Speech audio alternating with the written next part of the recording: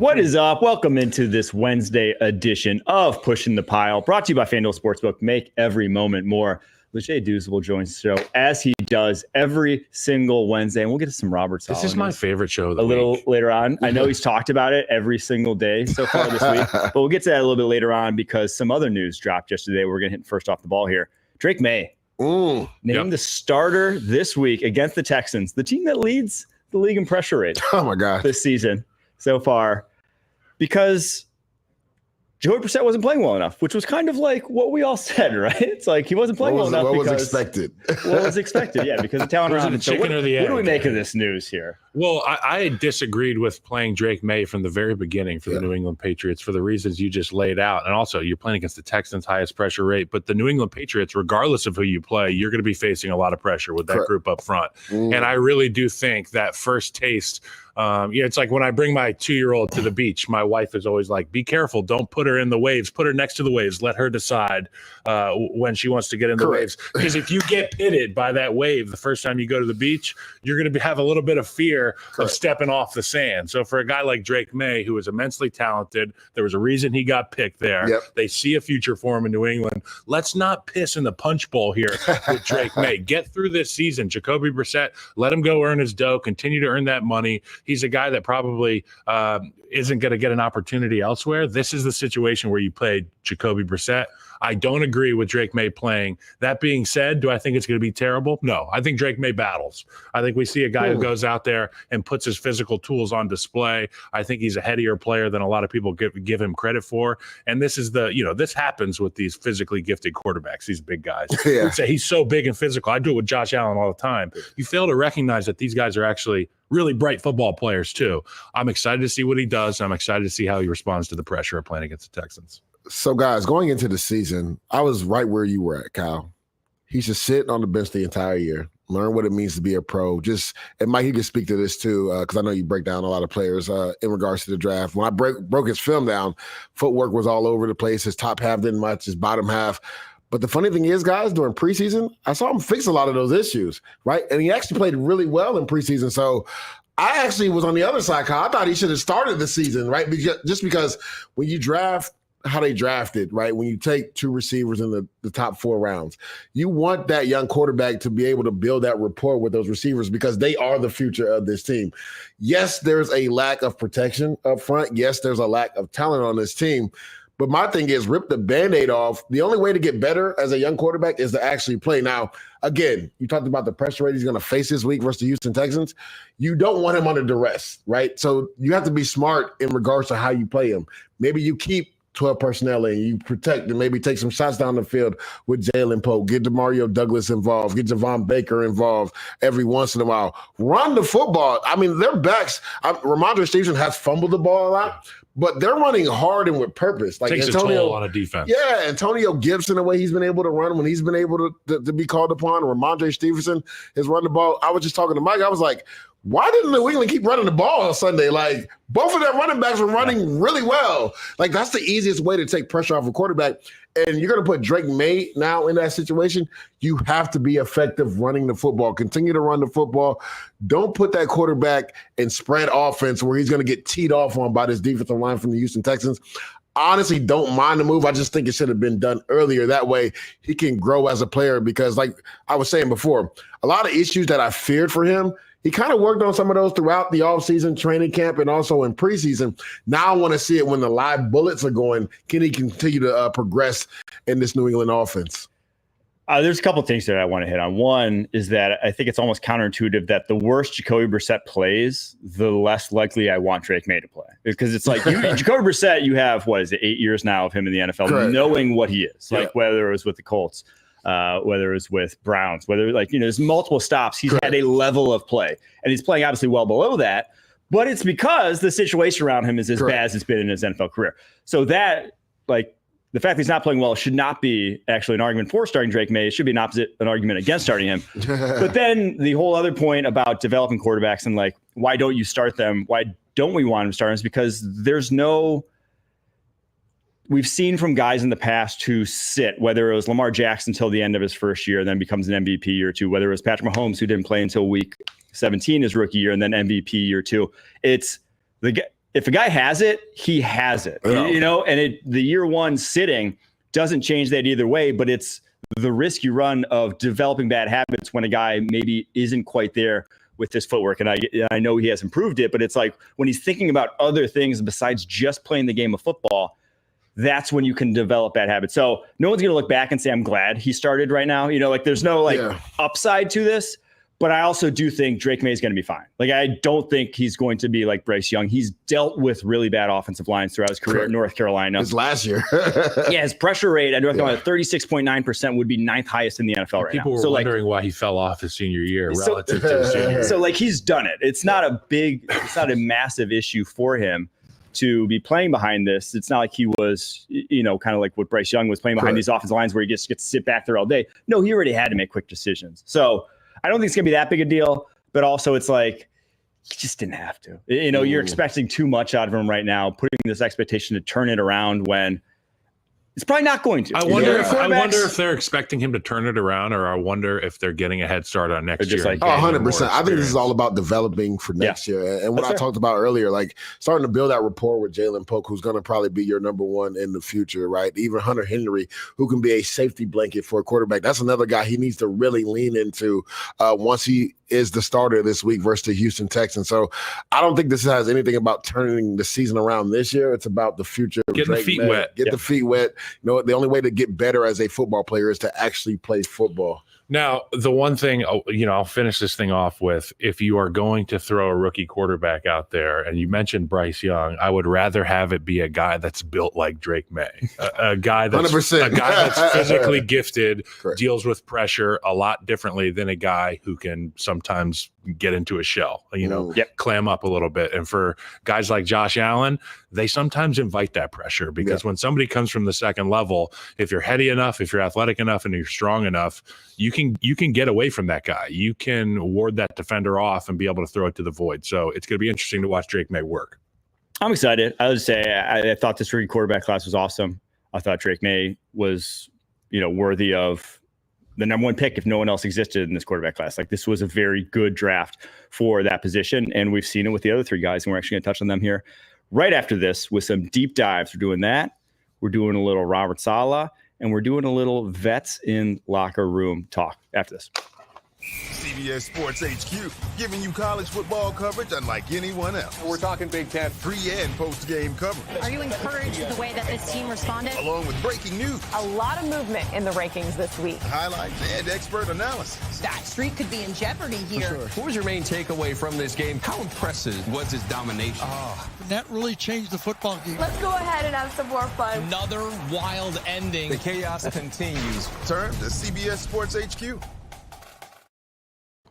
All right, we just touched on one of the rookie quarterbacks. Leger, you wanted to touch on the other three here. What was your deep dive? When you look at it, all three rookie quarterbacks have a winning record currently through week 5. And just talking about their setups and why they're having success. And we've had this discussion before, Kyle. I think a lot of people going into the season was like, Caleb Williams is going into the best scenario any former number one quarterback has gone into, right?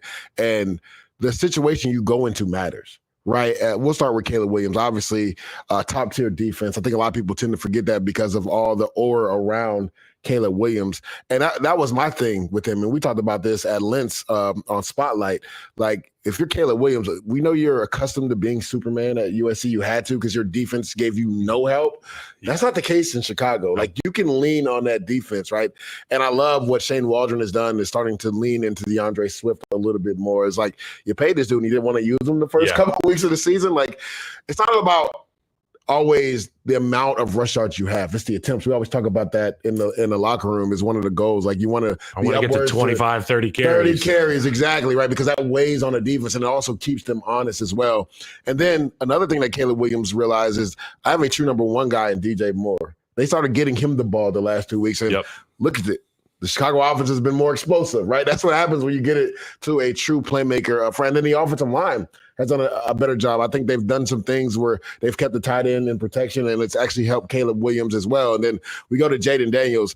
Okay, he's the outlier, right? When you look at what he's done, being able to complete 77% of your passes, and before last week it was 84. That's an outlier. Him and CJ Stroud, I think too many teams get into this fixation of like, oh, we could draft CJ Stroud or Jay. What they're doing is astronomical. Like that's the exception, not Rogue the waves. rule. Yeah. Exactly. That's the exception, not the rule. But also Dan Quinn being his head coach, like that defense, you assume that they would eventually come on, and they've played really well the last 2 weeks. I think only giving up 27 points the last They've 2 played games. above their weight class. Correct, right? But that's what Dan Quinn does. Yep. Like he gets the most out of players. I've been telling everybody, Frankie Louvu, watch out for this guy. Like he was going to use him like Micah Parsons, and you're starting to see that 2.5 sacks this last week versus the Cleveland Browns. I think he pairs really well with Bobby Wagner. Now, they still have some issues at the cornerback position, and I'm assuming next year they'll address those.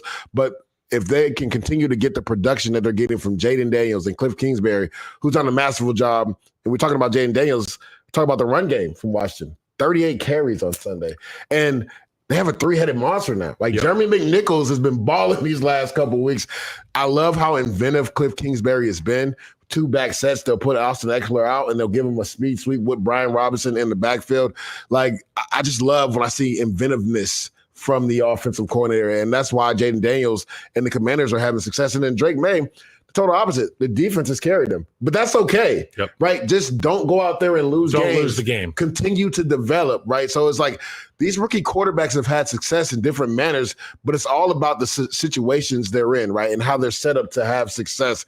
And even with Denver, they're not running the ball a ton, but they're getting the carries in and keeping it honest.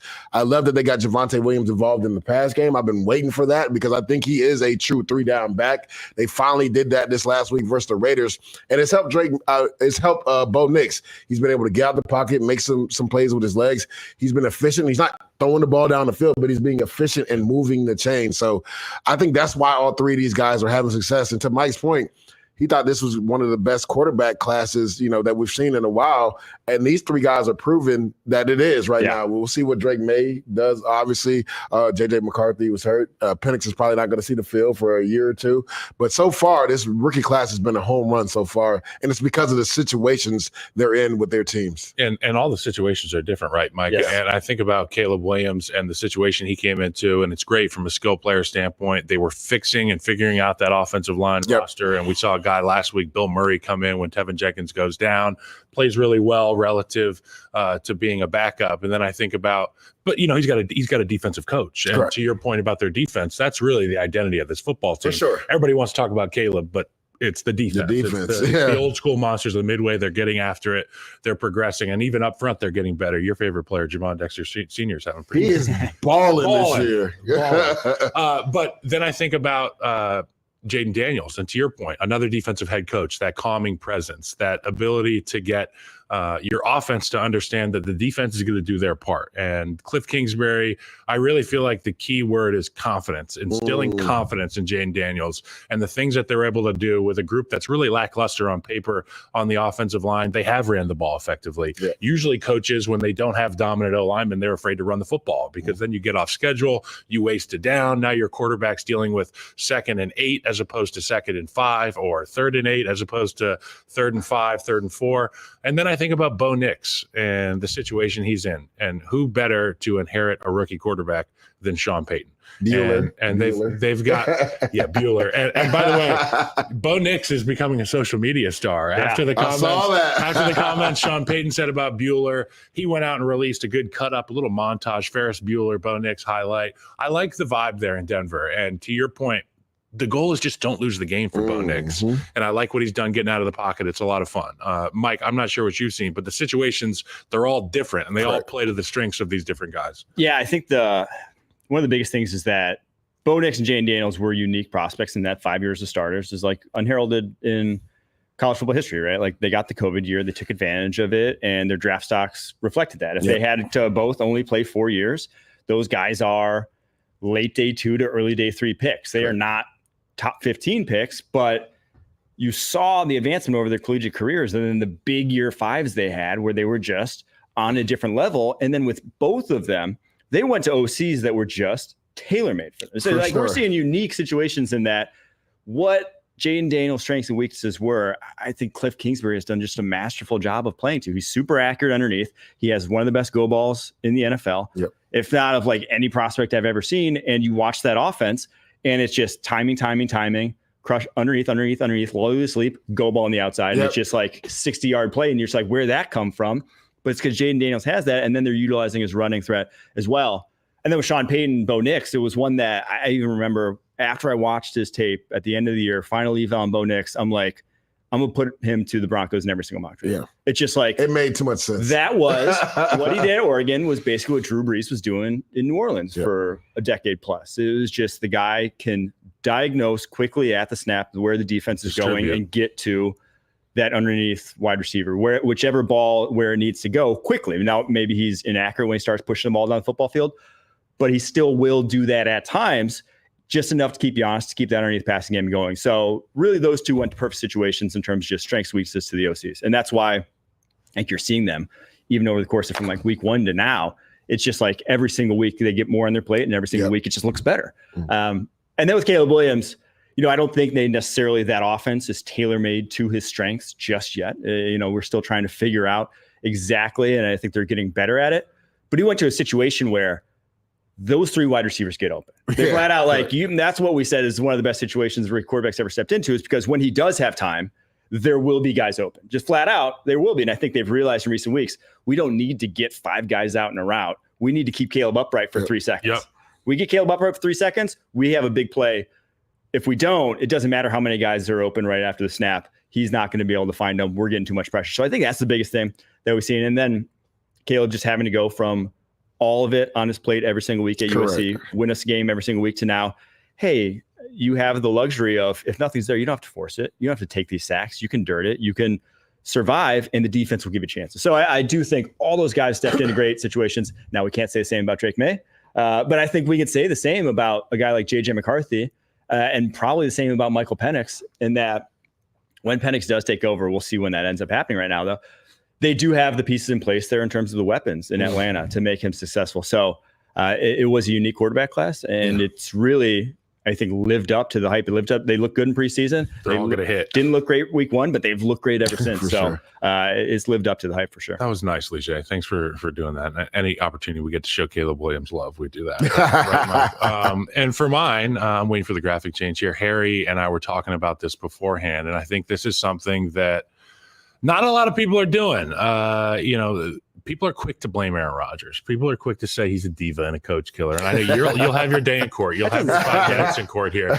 But the guy Aaron Rodgers is smarter than getting his head coach fired at this point in time in the season. And, Leger, Mike, we were talking about this. It just doesn't work for teams when you fire your head guy at this part in the season. Correct. And you try to make changes to make a run at this.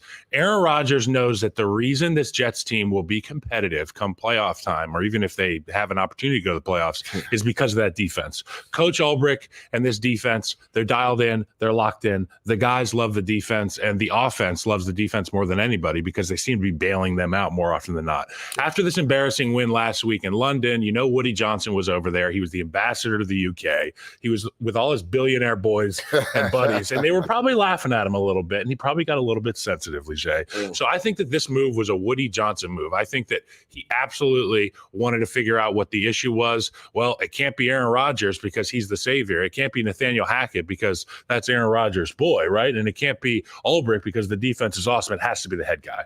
It's got to be Robert Saleh. And I know that there's a lot more there we're going to unpack, but Aaron Rodgers is smarter than getting his head coach fired at this point in the season. Aaron Rodgers knows it would put too much on the plate of the defensive coordinator to take over as the interim coach. He doesn't want to mess with that defense at all. It's the only reason they have a chance right now, Leger. Yeah.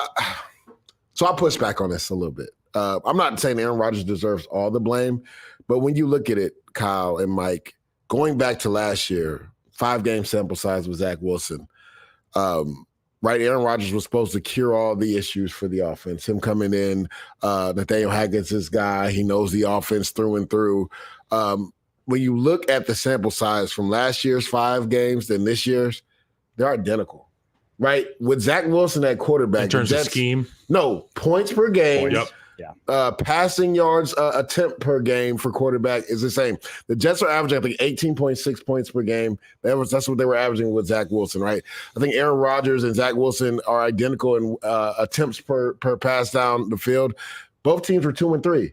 So my thing is, he shoulders a good portion of the blame because we brought you in here to change it. To your point, this is a defensive-led team, right? But Aaron Rodgers, I've been saying this since the beginning, we don't need MVP Aaron Rodgers. We need adequate We need Aaron to see Rodgers. Bo Nix. We need to see what Bo Nix is doing in Denver. Adequate Aaron Don't Rodgers. turn the ball over 3 times. Correct. Because when you look at it, right, and maybe that was the straw that broke the camel's back for Woody because he was with his friends in the UK and maybe he felt embarrassed. But again, if that's the case, you don't act off emotion and fire your head coach because like we just talked about it, the statistics show that if you fire your coach mid-season, no team has made the playoff once that previous coach has got fired.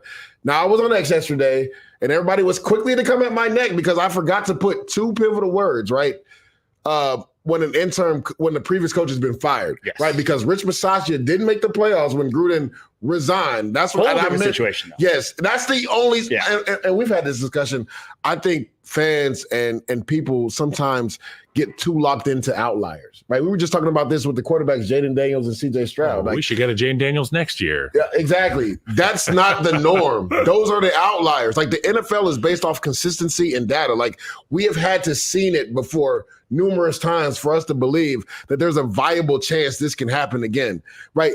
The percentages show it doesn't look good for your team when you fire a head coach trying to make the playoffs. Matter of fact, it's never been done. Again, Gruden resigned when Bisaccia made the playoffs. So you can't lean on, and even if we added that in, guys, you're trying to really like push all your attention on one outlier. Like that's where we're at.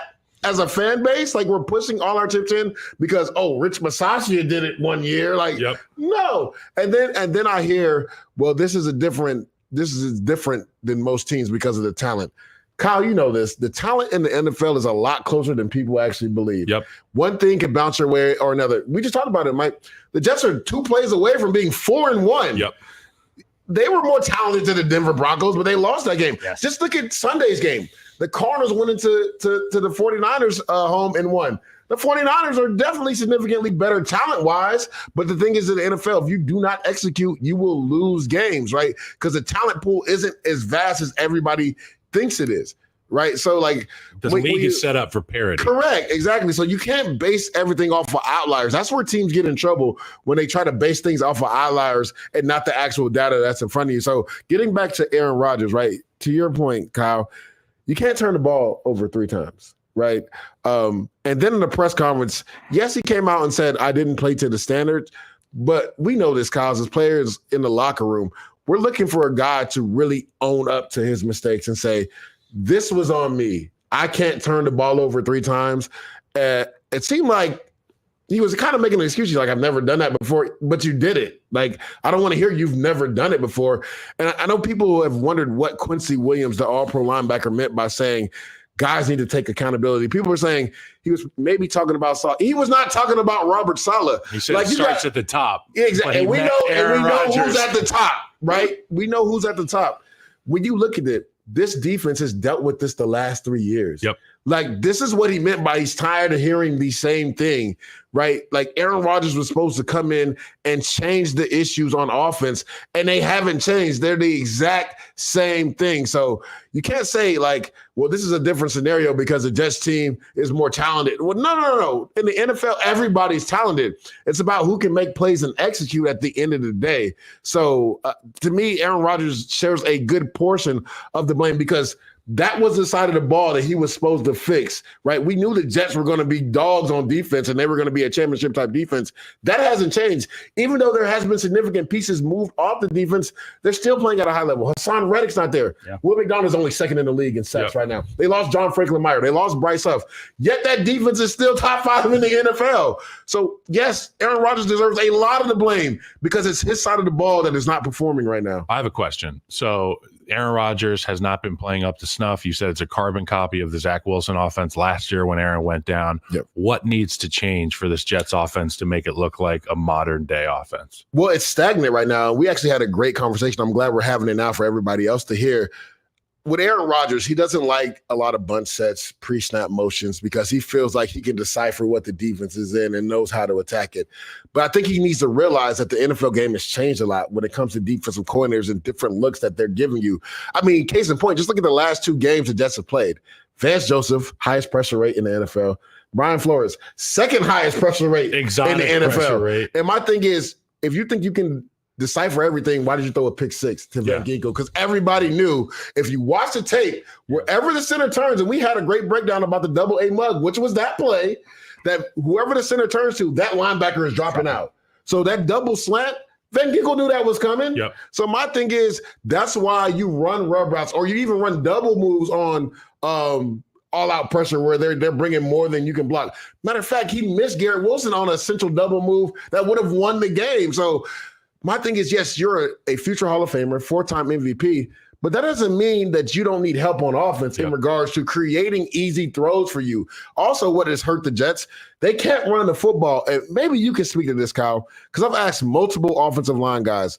Like, I want to know what Keith Carter is teaching the offensive line when it comes to different angles in the run game. Because when you watch them, they're like so fixated on being physical, especially on that inside zone. You'll see Tittman, if there's a wide three, he's so worried about hitting the hip of that three technique and climbing up that the linebacker is just running past him and getting downhill. And you know how important angles are in the run game. So until they fix that, it doesn't matter if you bring in Devontae Adams, right? Because if you can't run the ball and you're one hand tied behind your back and you're in second and third and long, that benefits the defense. Yeah. We know you have to pass the football, so they have to change up how they do things all up front when it comes to angles in the run game. They have to be more inventive on offense.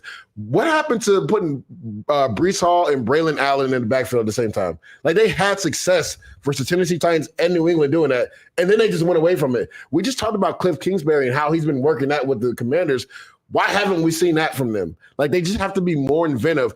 And Rodgers has to get out of his head thinking, I don't want to do this thing as far as scheming things up, bunch sets, because Justin Jefferson is the best receiver in football, and yet Kevin O'Connell still schemes things up. He's moving everywhere. He never is standing still. And when you saw last year's offense, Tyreek Hill, Cooper Kupp, correct, CeeDee Lamb, all these guys are moving around like track athletes before the snap of the football, and it's to give their quarterbacks a better understanding. We call it undressing the defense, and we want to undress the defense a little bit. And to your point, the offense in New York, at times more than others, is very stagnant. And Aaron has leaned on his ability to decipher these defenses pre-snap for a very long time. And for a long time, it worked. You said 4-time MVP, Super Bowl champ. This 100%. Is Aaron Rodgers, for Christ's sake.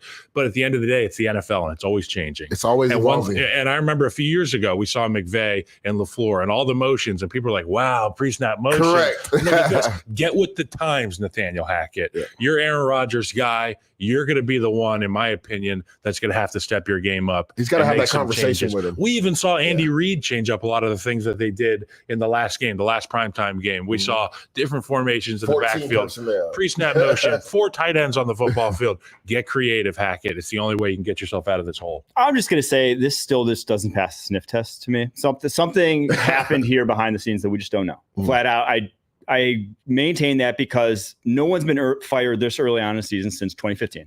Joe Philbin, they were 1-3 when he got fired. The year before that, Dennis Allen 0-4. Correct. There's 2-3, and like you mentioned, like they could be 3. They're right on the precipice. It could be 4-1, and then if they win Monday, they're in first place in the division. And those were teams that you fired them because it was over. Like that was the end of it. Like the team was going south. It was bad. This isn't a team going south. This is a team that's firing their head coach because they still want to win the Super Bowl. Like they are all in. It's not going to surprise me if they still trade for Devontae Adams even after this. Like this is a move that you mentioned. No one has a bounce back from firing their head coach. You can fire like an OC. Correct. 2012 Ravens, they fired their OC, Cam Cameron, December. Jim Caldwell comes in, they win the Super Bowl. Correct. Like that, teams have bounced back from those that made real changes. We saw Joe Brady last year with the Bills. Correct. Like real things can turn around. So for me, there is something, and I do think that, I know people have dismissed this on Twitter already, but like the Lebanon patch that he wore this past weekend, and I know it's like a controversial topic, but he didn't wear it weeks 1 through 3. He wore it pre-game against the Broncos. It was raining, though, put on a jacket during the game. But then to wear it in England after Israel invades Lebanon last week, and it's not Heritage Month anymore. He wore it last year for Heritage Month or whatever. I know a lot of coaches wear the patches. Sirianni wore the Italy patch. Correct. But that was for Heritage Month. And he didn't wear it early on the season. He just put it on this past week when you go into Woody Johnson, where he was the U.S.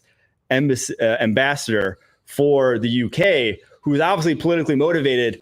To me, that's not nothing. I don't think that's nothing that when you have, the coach of New York, where it's one of the biggest Jewish populations in the United States, to get fired this early, I'm not saying that that's 100% the reason, but I'm saying that Robert Saleh knew what he was doing wearing it. And I think Woody Johnson would not be, given his track record and obviously the U.S. official policy in support of Israel, would not be something that he probably was a fan of. I didn't even think about that at all. Conspiracy theory? I'm so in the locker room. I don't even think it's a conspiracy theory. I think it's just so locker room. Do you think Woody Johnson would be a fan of him? And again, it's not Heritage Month anymore. It's not the official sanction, wear your patch now. He wore it for obviously a reason. He's Lebanese. He probably supports Lebanon in this.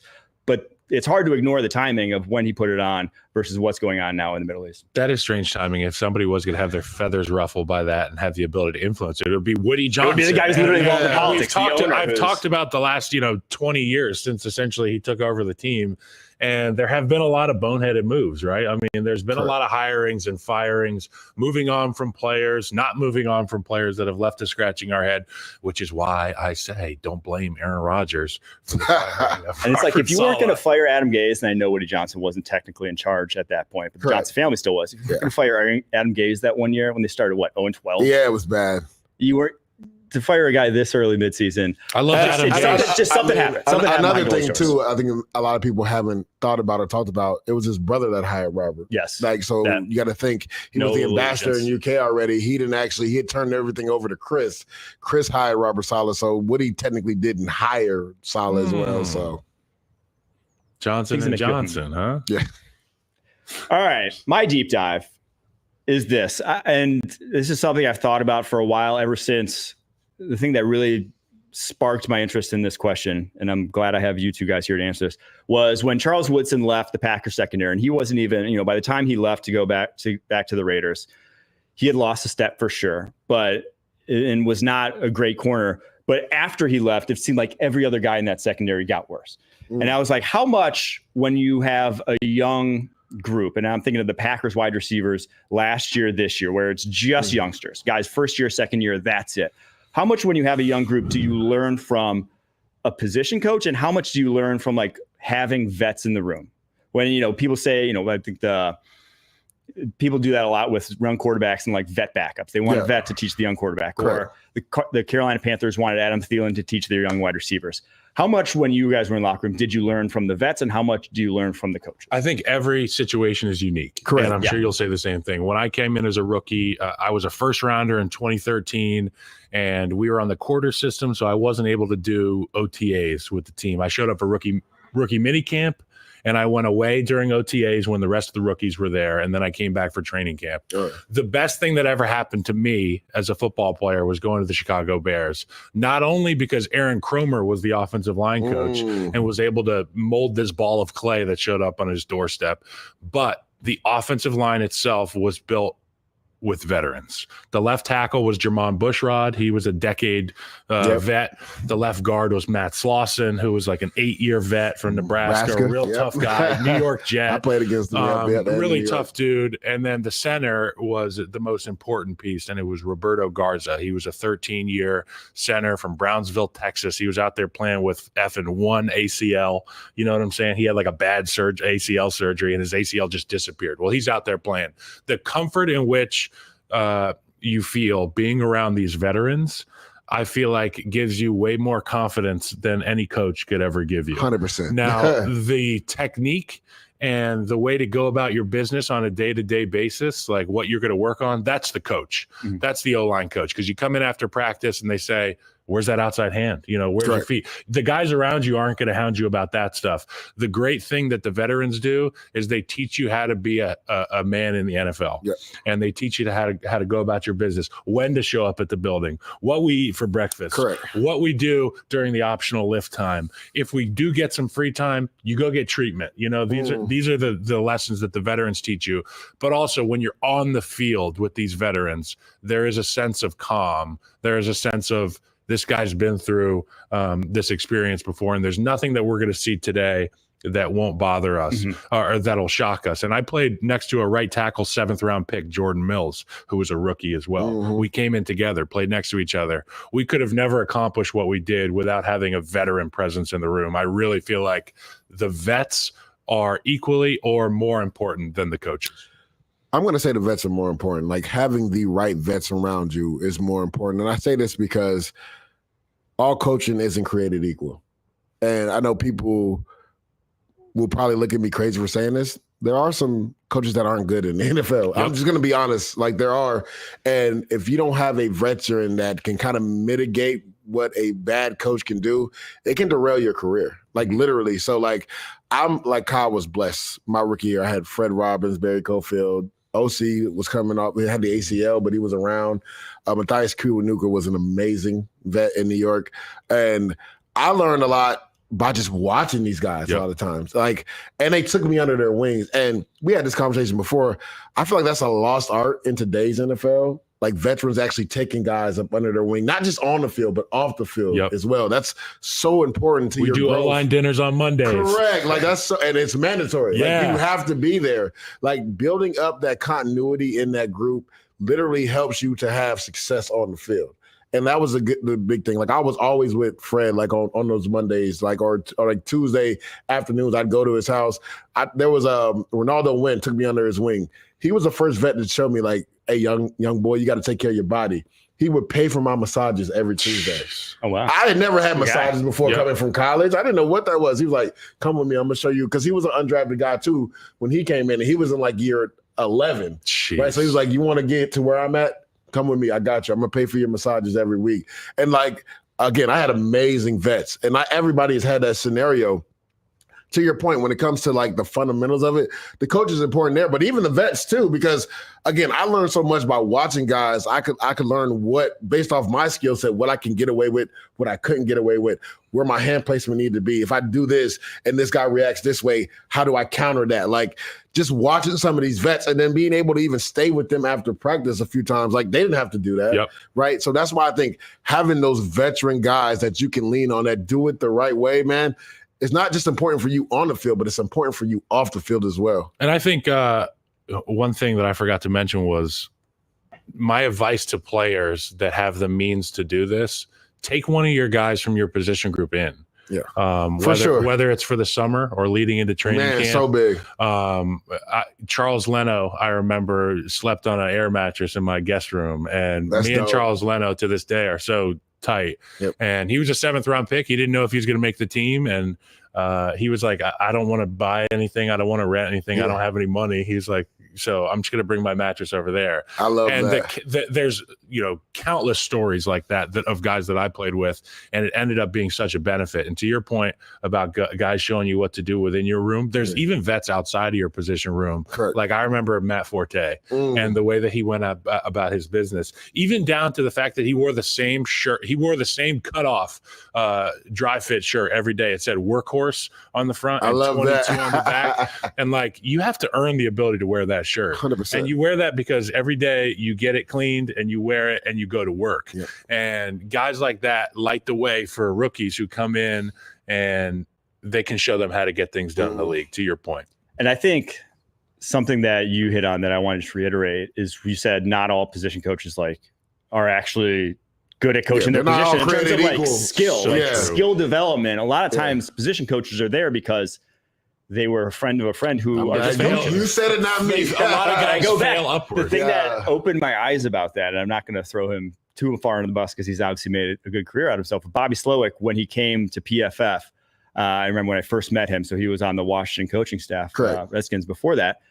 And he said he was the outside linebackers coach there. And I'm like, looking at him, Bobby Slowick's like a 5'10", 150 pound. He played D3 slot receiver. It's like Brandon Staley. I was like Kanye West talking about Lady Gaga. I'm like, does this guy know about coaching outside linebackers, right? I'm just like, what's he going to tell Brian Orakpo? And there's a lot of that goes on in the NFL. They're not hiring, the guys who people go to for like pass rushing in the offseason. Those aren't the guys that are in NFL locker rooms. It's just a guy who wants to be like an OCDC someday. It's just, so I do think, and obviously they probably care about their craft and they learn as much as they can, but there's only so much you can do if you've never been in the trenches and 100%. Done these things. Do you listen to a guy harder if he played the position?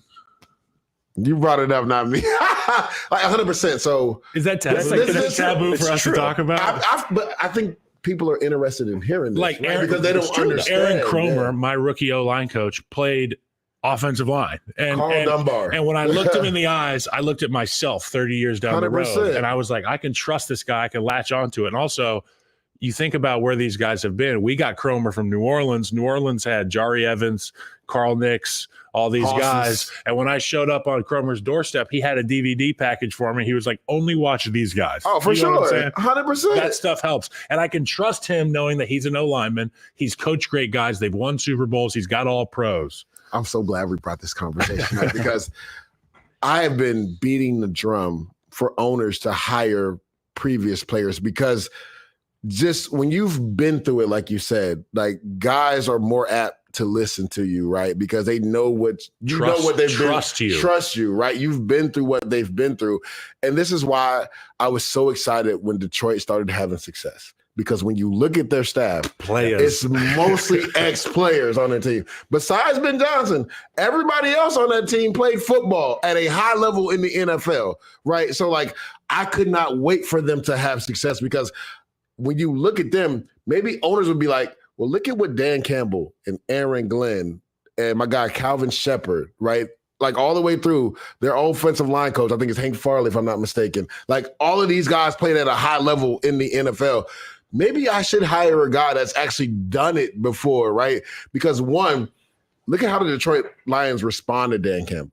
Right? They know that he would go through the fire for them. So they'll do the same thing for him every Sunday. And it's not just him. The whole staff is like that. Like the players love that staff. You just hear them when they talk about the staff in interviews, right? So like, again, when you've had a guy that's done it, especially in your position, you go hard for that dude. And I'm not saying you don't listen to the other guy because he might have learned how the position works, but it's something to be said for a guy that's actually been through the training camp and the defensive line like I have, right? That's taken on a double team, right? That's hit an offensive tackle with a chop club, that knows how to shorten the edge and get to the quarterback compared to a guy that hasn't.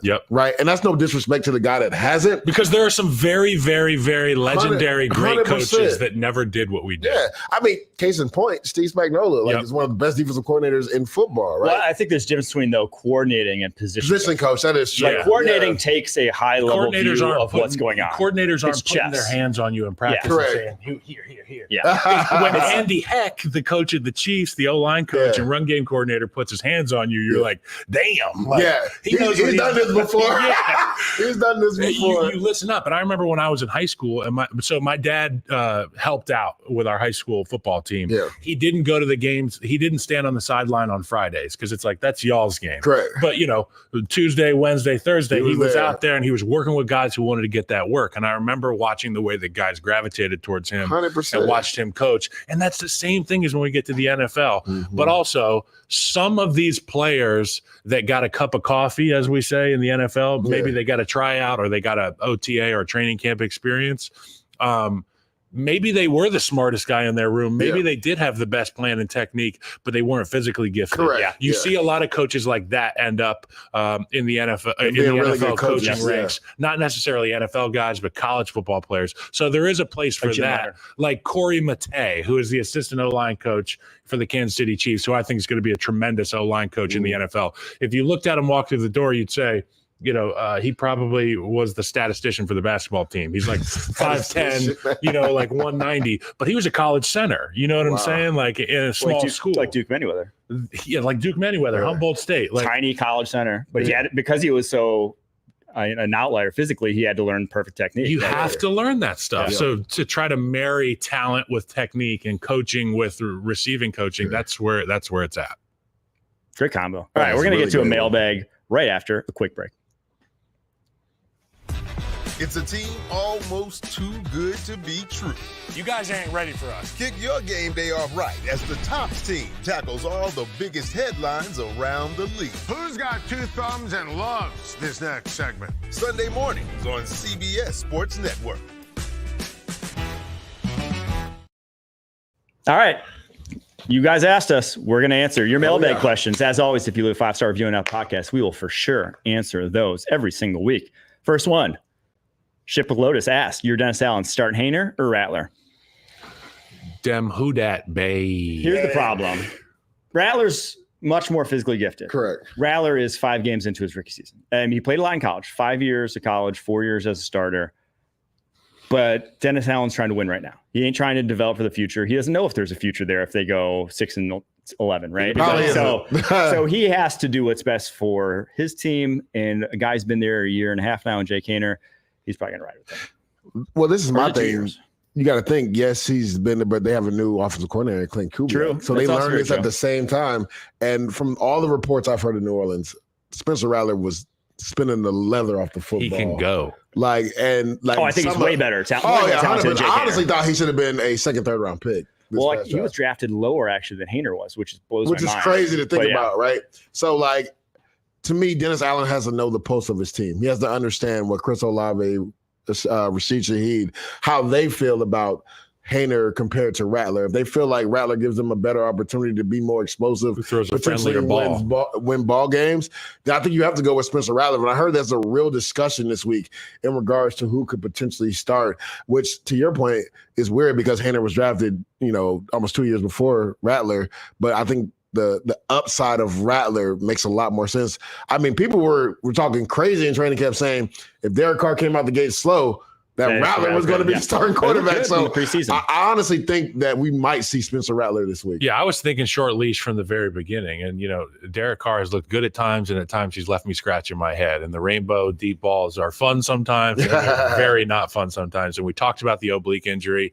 Man. Give a guy a chance. Give Spencer Rattler a chance. Spin it. What's the worst that's going to happen? He's going to throw 2 picks? Let him go out there and ball out. This is a different situation than the Drake Maye situation. Get him in there. You don't know how long the Derek Carr is going to be out. Get a sample size for Spencer Rattler. And, what's the worst that happens? What's the best that could happen? Spencer Rattler goes out there and balls out, puts up efficient numbers, throws the ball over the yard. It could be a lot of fun. I tend to agree. Rattler, at least look better in preseason. Yeah. Just seems like it would be a more fun option. All right, next question. How do the Packers fix their pass rush? This one's from the Mike Price. Now, what I think part of it is they faced some very good offensive lines. They faced the Eagles already. They faced the Colts already, probably 2 of the top 3 O-lines in the NFL. They faced the Vikings already, which have very good tackles. And when they faced the Titans, they dominated the Titans in that game from a pass rushing perspective. This past week, I actually watching it live. I was like, man, they're not really getting to Stafford. But then watching it back, I'm like, oh, Stafford's just kind of getting the ball. Oh, he was getting the ball. He knows what's in front of him. Exactly. Stafford had 4 weeks of this. He's a well-oiled machine at trying to deal with it. So I think they could have gotten home a lot more if they were playing, like a Caleb Williams behind that offense line, or just someone who's going to hold the ball. They're not touching Caleb Williams, bro. But then I think the other biggest thing is just that they're having to play Lucas Van Ness a lot more. He is not ready because Preston Smith, almost 32 years old, he's slowed down. He's not the same guy he was back, last year. He's been there forever. I think they're forcing the Van Ness thing. I think Igbenogany's better than him. Igbenogany? Ignegbury, my bad. Yeah. I agree. Wrong. No, I agree. I think Kingsley's actually probably their second best edge rusher. I think he's a really good player. Yeah. In terms of just one-on-one, a guy I trust to win, he's been better. But they drafted one in the first round, one in the first round. So they're getting Van Ness more snaps. But I do agree with that. And then I also like what I saw from Edgerrin Cooper blitzing. So if I'm going to fix it, I agree there. Ignegbury, Kingsley, get him on the field more. Lucas Van Ness. If you're going to rush him, I'd even try to rush him on the interior a little bit more. I think so. Put him over the guard. Yeah. Yo, I'll tell you a story about a guy named Aaron Lynch. That's my guy. Who was a really, really physically gifted, talented, strong, long rusher. When he was over the tackle, he was a problem. But I'll tell you this: I played tackle and I've played guard. I went to Hawaii for both of them. When he moved in over the guard, it was a different nightmare for the offensive lineman. You get these guys that are bursty, that are big. It is such a friggin' matchup nightmare on the inside. Guards are not used to playing guys with that kind of length. I think you can move them inside. That came to mind for me was Justin Smith, because they were almost identical coming out. And that Justin Smith, he was a hoss. Started his career with the Bengals as a pure edge guy, pure 4-3 outside defensive end. His career didn't take off, though, until he was the 3-4 defensive end in San Francisco, bulked up a little bit, came out in the 260s, got in the 280s, and all of a sudden he was a problem on the interior. Yeah. That's who I saw Van Ness, sort of being. Came out 272, but this guy's frame is freaking enormous. He can get up to 280, with a light lunge. That's how Lynch was, 285, 290. Even at Iowa, they kicked him inside. I thought they played him a lot inside. Exactly. Yeah. I thought they should have made him a 3-4 in. I thought that would have been the perfect scheme for him, where he could be a 3-4 guy, head up on the tackle. Exactly. loose 3 or 4 eye, and then on passing downs, like he's that wide, he can work his way on the guard and use some of the athletic. That's ability. a nightmare. Exactly. By the way, you got to kick out in space like that. 4 eyes are nightmares. You got to kick out in space at the guard.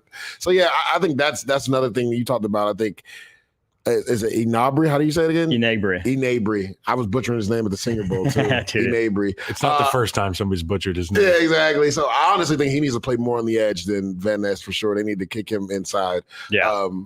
It just blows my mind that they haven't even considered it. Yeah, it's crazy. He's really not. Hey, Packers, have you tried playing with a lead?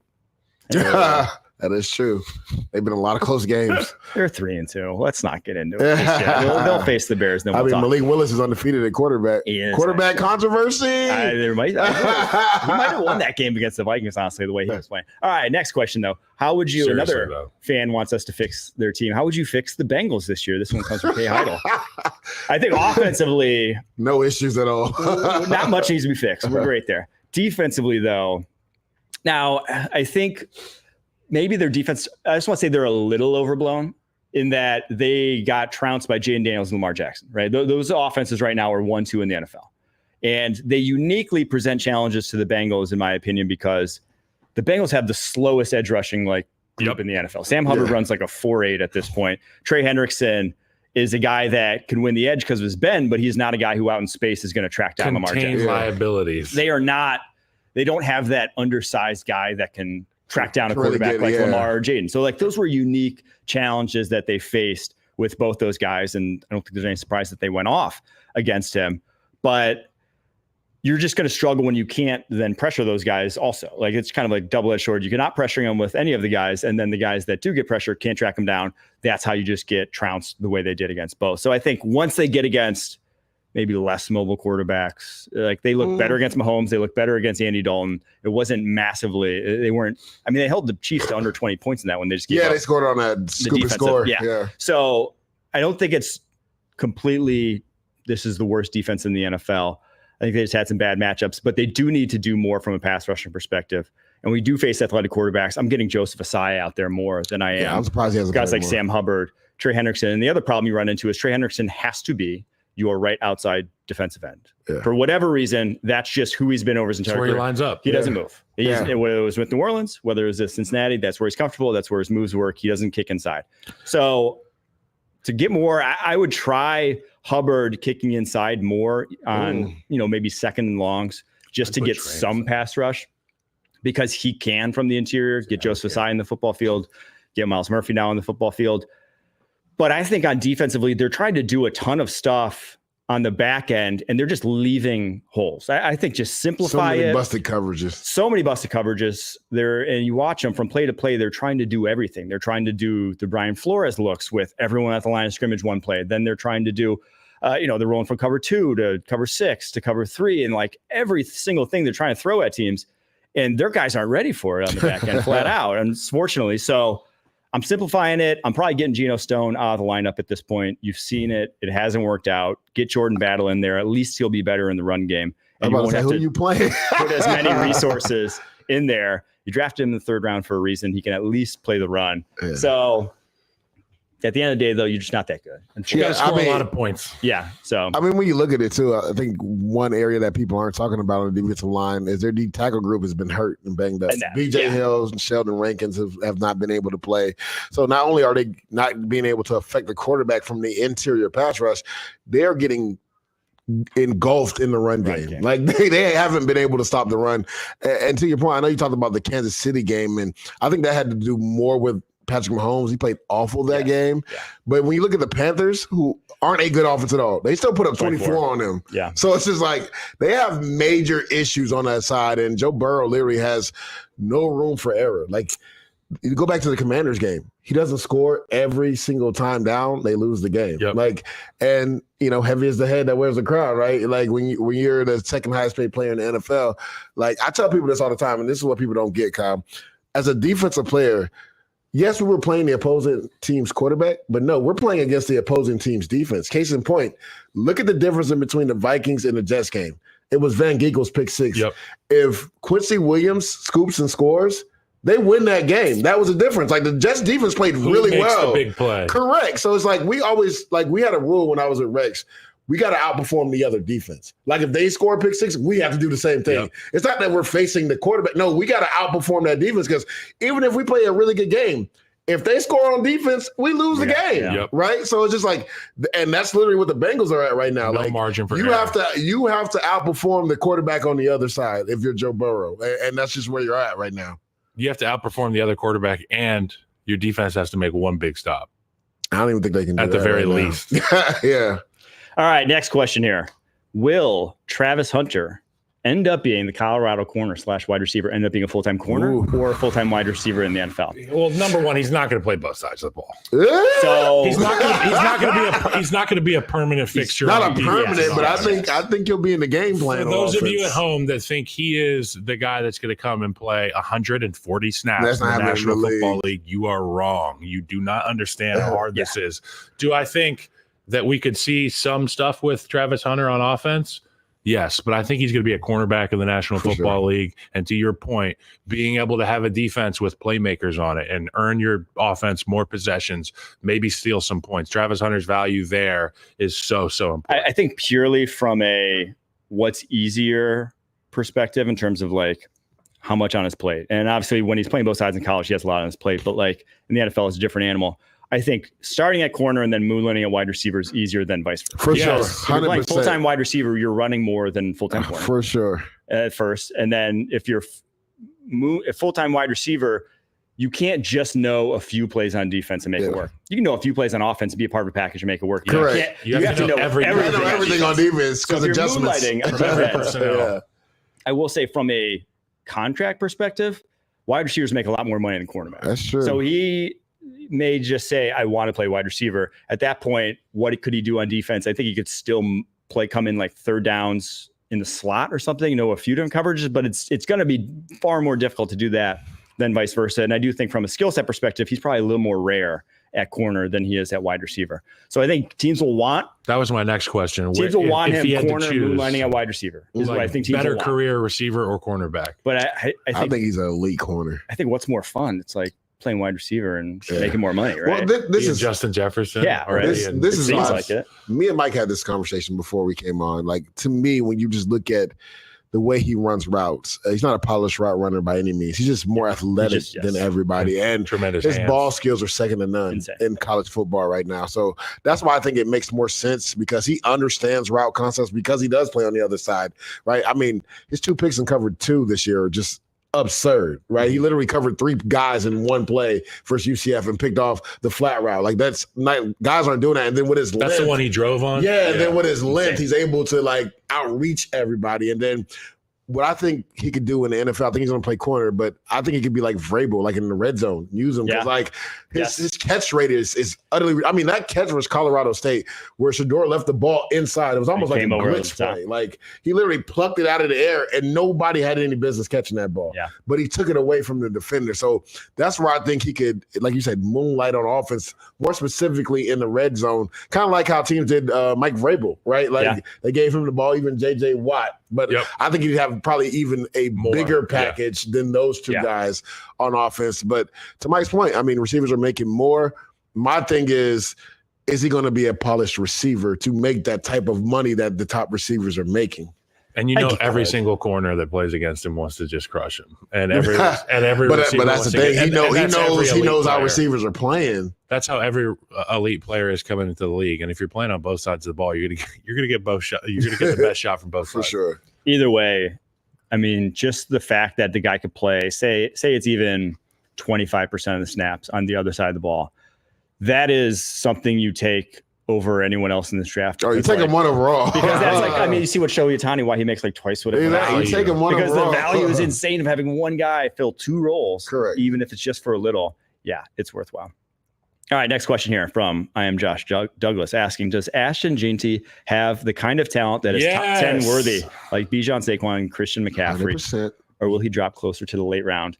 Yeah, he's going to be drafted very highly. Very high. And especially in this draft, I don't think there's nowhere near the blue chip guys. I had struggled. I'm going to have a mock draft come out Monday. I struggled to fill a full first round. So he'll go very highly. And he's not only is he like, everyone knows his rushing stats, the average over 10 yards carry, already has 1,000 yards in 5 games.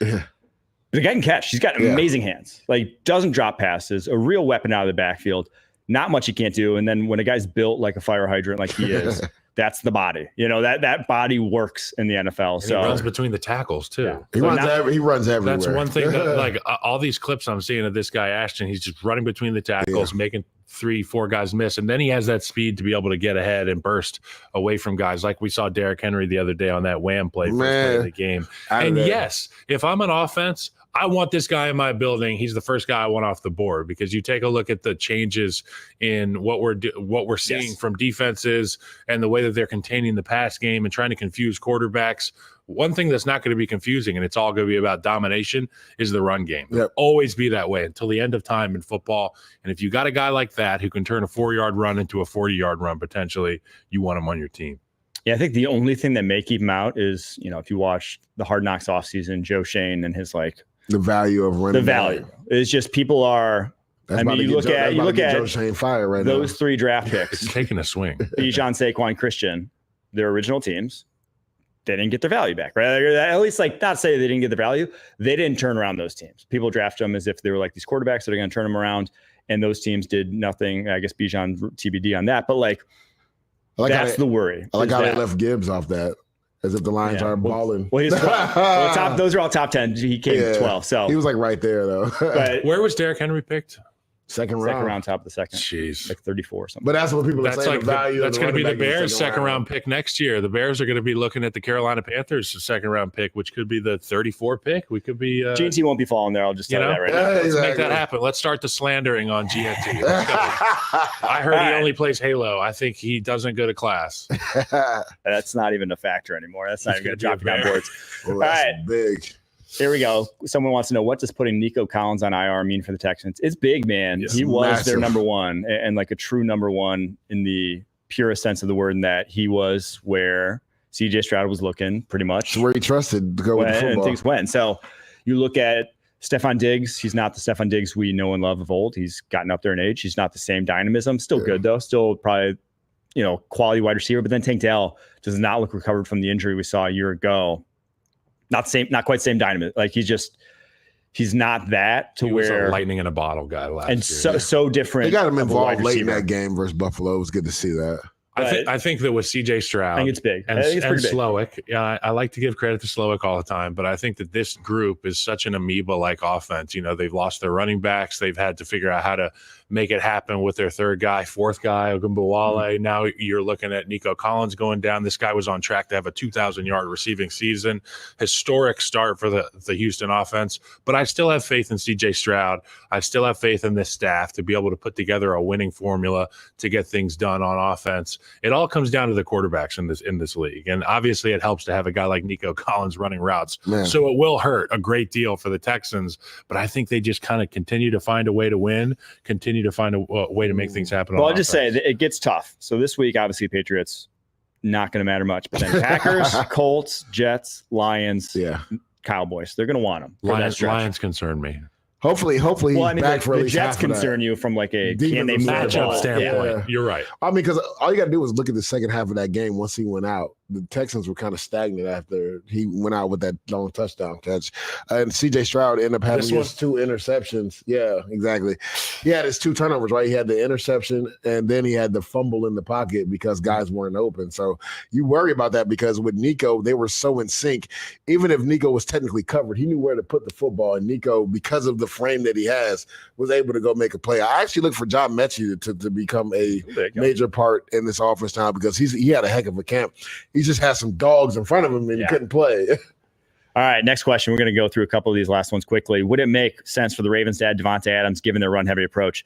I'm just going to say no. No. It would not. Nope. They don't the use Ravens more, are clicking right now. Don't mess it up. Don't use more than 2 wide receivers. They're Bateman and Flowers. They're completely fine with on the outside. There's not enough room in the post-game interview with Derrick Henry and Lamar Jackson. They want less wide receivers. You know, that's why they're trying to put more big guys on the field right now. Last one here. What are we feeling from Bo Nix? It feels like the league has been quiet on him so far. It also feels like they have been a sneaky 3-2 team with a solid defense. Is he what we've expected? Are there flashes of great to come? What level of confidence have we gotten from him? I'll say he's gotten better. You know, that's all. That's what I say with 3 quarterbacks. Have they gotten better? Do they improve? And you look at weeks 1 and 2, he made some just boneheaded throws, especially week 1. Like, just like, what was he looking at? Last 2 weeks, PFF charted him 0 turnover when he plays. He has not put the ball in harm's way. He's already shown that, his ability to cut back on that. And then even from first half to second half, when he had a bad first half against the Raiders, he could have spiraled, gone in the tank. Second half, he was awesome. Didn't miss many throws, had a big one that was even dropped. So I do think that's all you really want to see is just, does the guy keep getting better? And I think with him, outside of the pouring rain game where literally couldn't even hold on the ball, he's gotten better. Yeah, we kind of talked about this earlier, right, Kyle? Just don't lose the game. And he's progressed. Like, I thought Sunday versus the Raiders was his best game of the season. Not only, to Mike's point, not turning the football over, not making the boneheaded plays, but actually using his mobility to get first downs and actually using his mobility to throw the football down the field as well. So he's gotten significantly better. I mean, yeah, anytime you have a defense that has played as well as the Denver Broncos, you have a chance, right? And I think for Bo Nix, this will just be kind of like, I don't want to say a redshirt year. They're just not going to put too much on his plate. They just want him to go out there and get better each and every week. They're not going to give him the full gambit. They're going to continue to run the football, right? They're going to get him outside the pocket. They're going to use his mobility, more specifically in the red zone. And they're going to lean on that defense because it is one of the top, I would say, 2 defenses in the football right now. So he's gotten better. Could Denver be a sneaky team that potentially maybe? I love their defense. I think so, because their defense is elite. It's probably it's definitely top 5 in the NFL. I think it's a top 2 defense. And right now. A lot of people talk about the Vikings, what they've done. They're the closest schematically what Van Joseph is doing to what the Vikings are doing, and that's like obviously tried and true method to success. And they're getting after quarterbacks because of it. And then they pair it with. We rave every week about their cornerback duo and how well they're playing. So when you pair the pressure, you got to say trio, because Jaquan McMillan has been. There you go. Yeah, sorry. But that's a recipe for success. That literally, like, that's how the Broncos won their first Super Bowl, or not the first one, but the last one. Yeah, and that they could pressure, and they had 3 cornerbacks to play man on the backside. That helps. That's a good way to play defense. And I would say, Mike, the difference between them and Flores, like old Flores, is kind of like what Vance Joseph is doing now, where the corners are playing a lot more man. Yes. Yeah. The Vikings play more zone, right? Yeah, they're all like Denver gets in your face. Like Riley Moss, pleasant surprise how he's been paired. I think literally Patrick Surtain should be the front runner for Defensive Player of the Year right now, currently the way he's playing. But we talked about Jaquan McMillan. People aren't talking about him in the slot. They like to blitz him off the slot. He's gritty in regards to man coverage. And then Brandon Jones was another underlying signing this offseason. He's been playing out of this world, especially when you lose a guy like Justin Simmons. Everybody was wondering, like, what are the Broncos going to do without just Brandon Jones has come in and they haven't missed a beat at all. It feels like the league has been quiet on him so far, is the second sentence in your question. And it's not the sexy topic right now. I mean, the sexy topics are Jaden Daniels being the most accurate passer that ever walked the planet. Caleb Williams being the wrong guy is what we've heard for the first few weeks, and now the tone is changing. The tune is changing there. For Bo Nix, this is exactly where you want to be, man. This is exactly where you want to be. You win some games. You've got a good coach. Not much is being asked of you, to what Leger was just talking about. And it seems like within that window of not putting too much on your plate and not keeping it too simple, they're progressing their offense. Yeah. They're allowing him to do a little bit more. And to Mike's point, the turnover-worthy throws have gone down for Bo Nix. That's all that they want in Denver, and they look great doing it. I love those jerseys. They should wear them every week. I'll say this. I mean, they just need more talent right now. Like it's never going to look. He's never going to be put up gaudy numbers when you have Josh Reynolds, Lil Jordan Humphrey as your 2 and 3. Are you happy enough winning games? When you have Alex Palczewski as your right tackle, like they're in a tough spot in that regard. So it's not going to look great. How do you judge Bo Nix? Can he hang in there and not make those negative plays? He fires me up like Baker fires me up. Like his attitude, the way that him and Sean get into it on the sideline. I like that stuff. I really do. And from a rookie quarterback, all you want is to know that you got a little man in there at quarterback. And I think they got one at Denver. All right, there you have it. There's our show. Thank you for all your mailbag questions. And as always, if you leave a 5-star review on our podcast with a question, we'll answer it on next week's show. Until next time, stay safe. Stay safe, Floridians. And keep pushing.